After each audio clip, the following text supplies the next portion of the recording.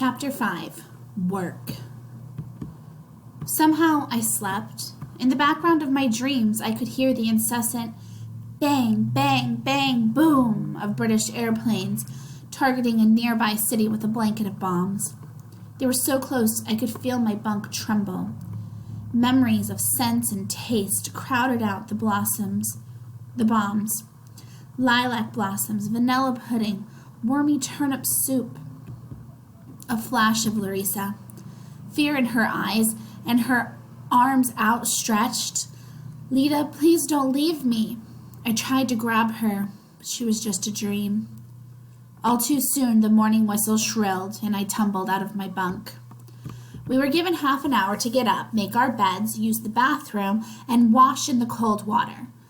The warden herded us to the canteen, where we were each given a triangle of black bread the size of my palm and a tin full of colored water the cook called tea. I sat between Xenia and Katerina at one of the long wooden tables and pulled a chunk of bread off my ration and put it into my mouth. It had an odd, woody taste, unlike any bread I had ever eaten. But I was starving, so I chewed it slowly, washing it down with sips of the brown liquid. Xenia bit off a piece of her bread and chewed thoughtfully. "This is made of sawdust." When we were finished, we took our bowls, cups, and spoons with us, and the warden herded us into the open area. "Stand at attention," she said. We weren't the only prisoners. I recognized a person here and there who had been served a bowl of Russian slop the night before. I also saw Luca in one of the rows ahead of me. He stood with the boys from our cattle car, looking as dazed and exhausted as I felt. They each had an OST badge stitched onto their clothing. He turned and caught my eye for a brief moment. I nodded my head slightly. He winked, then turned back around. The warden made us stand at attention for what seemed like an hour, but finally the door of the main building opened, and that same officer from the day before stepped out. He held a stack of forms in his hands. Behind him was a man in civilian clothing. He carried a tripod and had a camera strapped around his neck. "If I call your name, step forward." The officer read out names from the forms. From our barracks, he called Daria, Katya, and Alessia. A few boys from our cattle car were also identified. "You are all under 12, he said in a firm, clear voice. "You will not be required to work." I glanced over and caught Alessia's eye. She gave me a faint smile. I think she was glad that she had given her true age. He looked up from his forms and studied our pathetic group. "Is there anyone under 12 that I have missed?" I tried to make myself stand tall, hoping it made me look older. I did not want to be caught in my lie. Besides, I remembered what that woman had whispered to us as she shoved the pail of soup into our cattle car. "Be useful, or they will kill you." Katerina Pitch stood not far away from me. I didn't want to look at her, but from the corner of my eye I could see her standing in place as well. She did not step forward. "Surely there are more of you, 12 and under," he said. "We have room for at least one more." I could barely breathe. I was so afraid he would order me to stand with the younger children. I did not move. Katerina stayed where she was.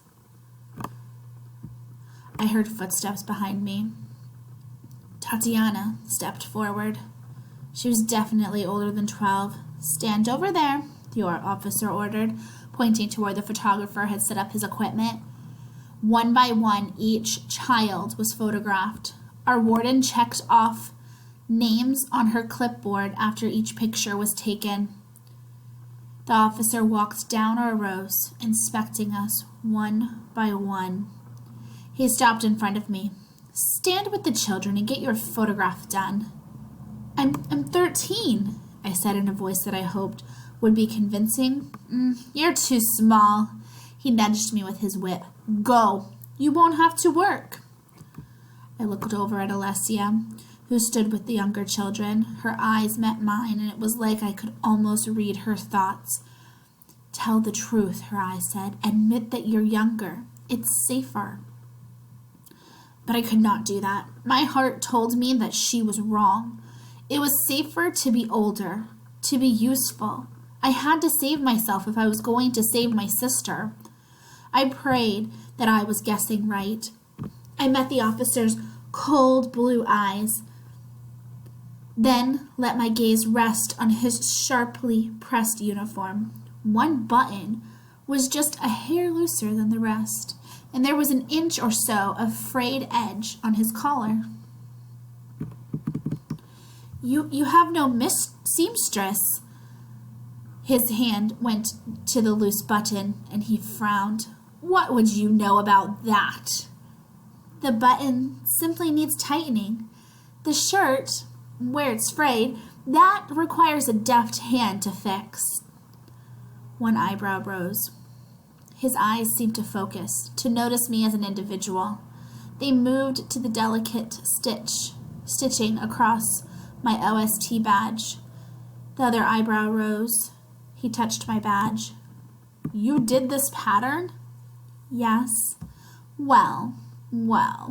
A little Russian with clever hands. How unusual." The warden nodded in acknowledgement of his joke. I held my breath. "After you're photographed, stand over there." He pointed to the building he had come out of.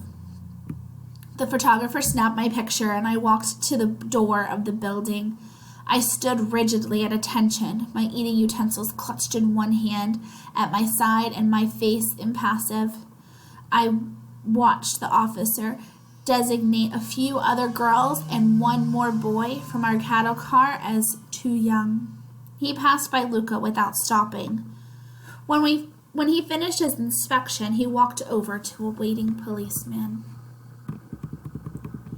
"Get these older ones photographed and take them to work."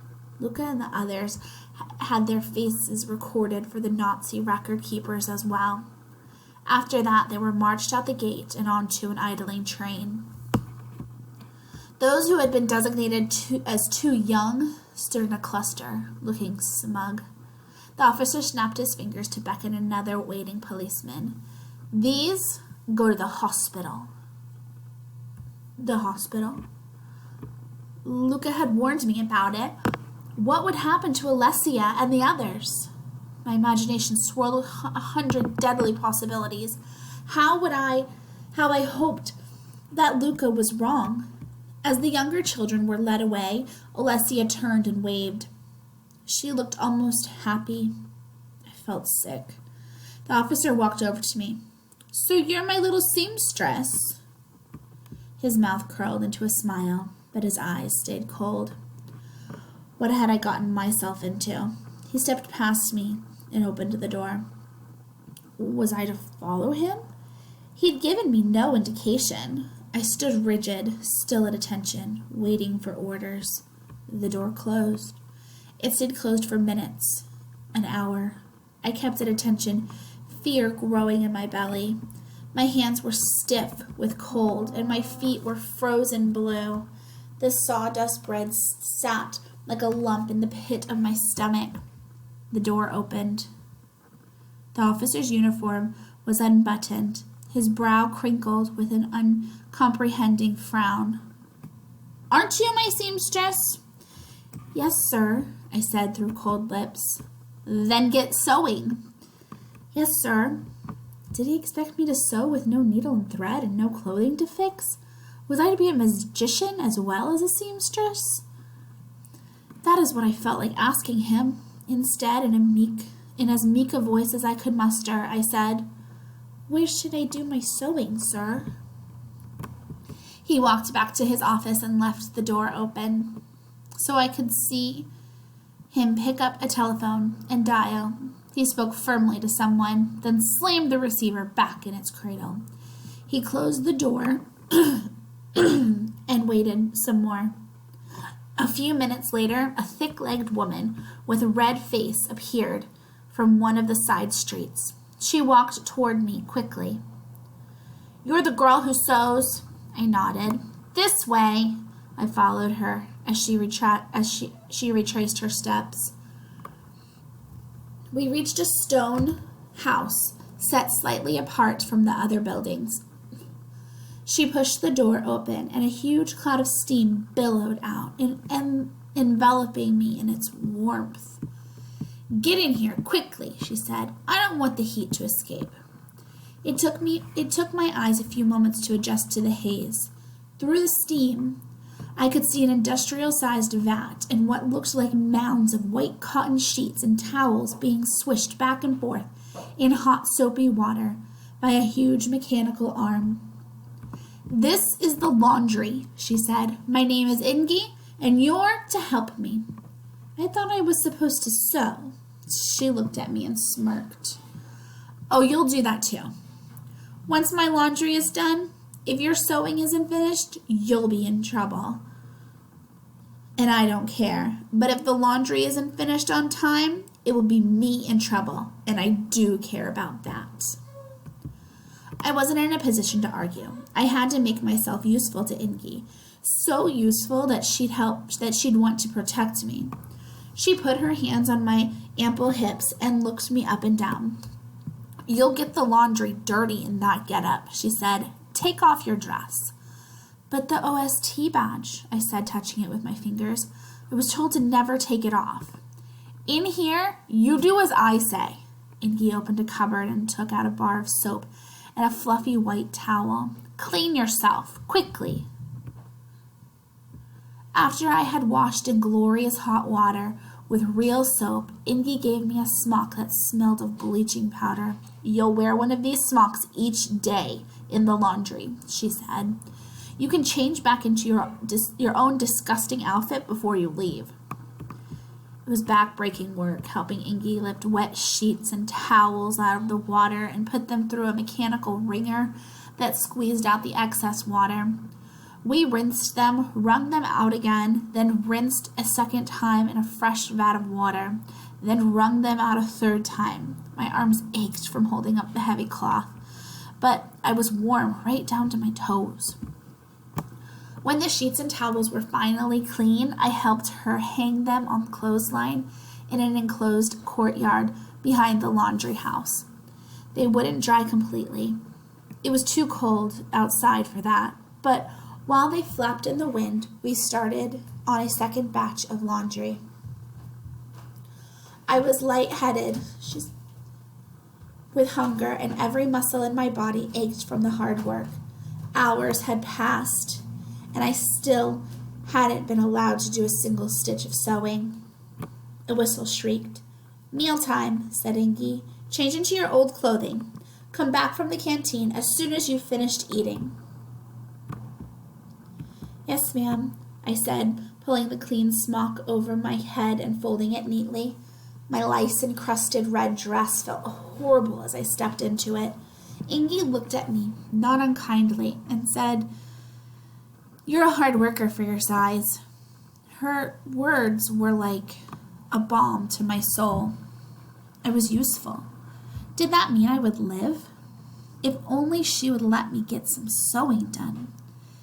"Thank you, ma'am," I said. I grabbed my eating utensils and scooted out the laundry house door.